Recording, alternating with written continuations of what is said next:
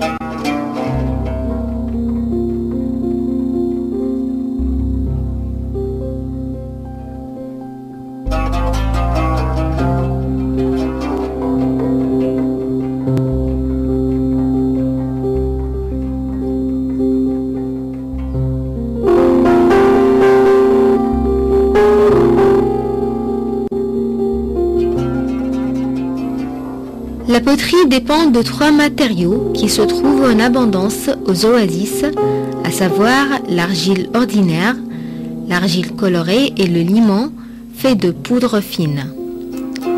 Ces matériaux sont utilisés depuis longtemps. On fabrique les jarres, les cruches, les coquemards et les théières avec de la terre cuite. La méthode de fabrication de ces objets n'est pas très différente de ceux fabriqués dans la vallée du Nil. La plupart de ces objets sont fabriqués sur une tour manuelle composée d'un plateau rotatif qu'on fait tourner à la main et on façonne l'objet jusqu'à ce qu'il prenne la forme que nous voyons maintenant. Nous prendrons connaissance des étapes de fabrication de la poterie qui commence par le procédé de malaxage du limon et de l'argile. On trempe l'argile dans de l'eau, puis on mélange en utilisant les pieds jusqu'à ce que le mélange prenne une forme homogène. On laisse ensuite le mélange plusieurs jours pour la fermentation et on ajoute des matières organiques pour réduire la viscosité de l'argile, ce qui permet de la façonner à la main et aussi pour diminuer les contractions et les fissurations. L'artisan utilise ses pieds pour mélanger l'argile avec la poussière provenant des fours. On façonne la motte d'argile sur le disque rond, puis le disque tourne et l'artisan utilise ses mains et un couteau pour façonner la motte d'argile. Il façonne ensuite l'argile avec le couteau pour faire les ornements, puis retire le pot et le laisse sécher. Lorsque le pot sèche et perd une quantité d'eau, il le met au four. Donc le séchage doit se dérouler loin des rayons du soleil pour accomplir la vaporisation du liquide avant la cuisson au four. La durée du séchage dépend de la superficie de la surface exposée à l'air et l'épaisseur des murs.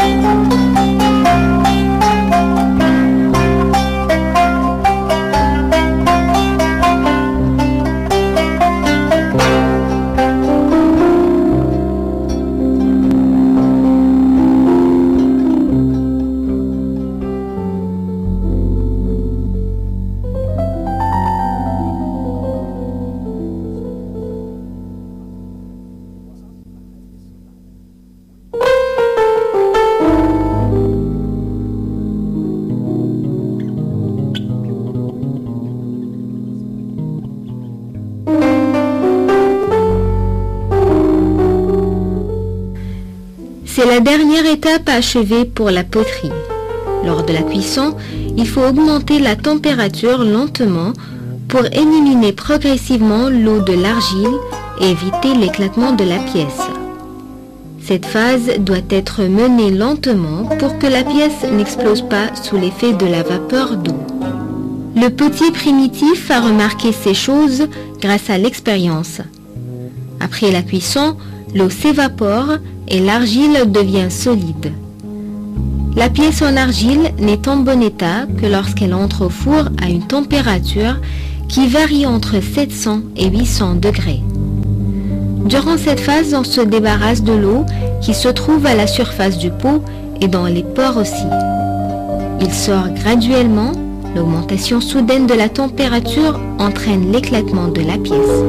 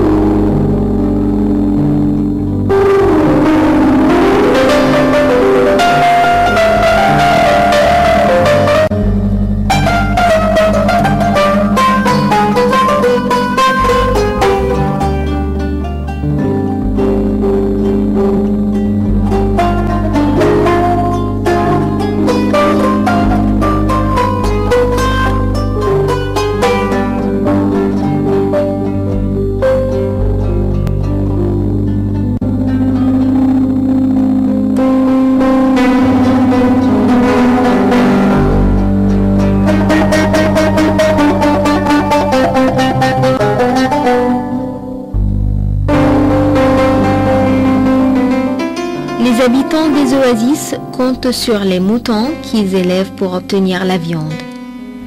Ils s'intéressent beaucoup aux viandes et aux laines, notamment à El Farafra et dans certains villages d'Al-Dakhla. Les habitants tondent la laine des moutons chaque année, au mois d'avril et de mai, c'est-à-dire au printemps, pour que le mouton ne soit pas influencé par la chaleur de l'été ou le froid de l'hiver. Ils tondent les moutons et les chameaux en utilisant des outils primitifs comme les ciseaux. La quantité de fibres coupées des moutons s'appelle toison. Et pour faire un tapis artisanal, on a besoin de 20 toisons. On rassemble alors la laine en fonction des couleurs, noire, blanche, marron ou beige.